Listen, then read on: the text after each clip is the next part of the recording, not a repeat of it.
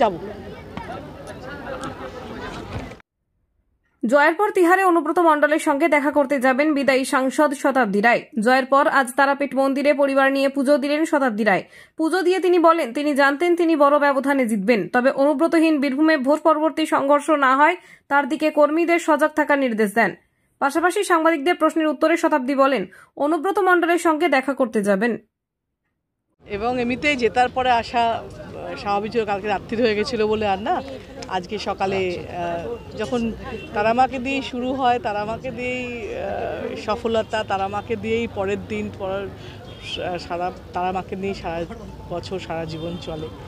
তো আমি বিশ্বাস করি তারামা চেয়েছে বলে আমি বীরভূমে থাকতে পেরেছি, তারামার আশীর্বাদ আছে বলে আমি বীরভূমে এতগুলো বছর কাটাতে পারলাম, আগামী দিন কাটাতে পারবো।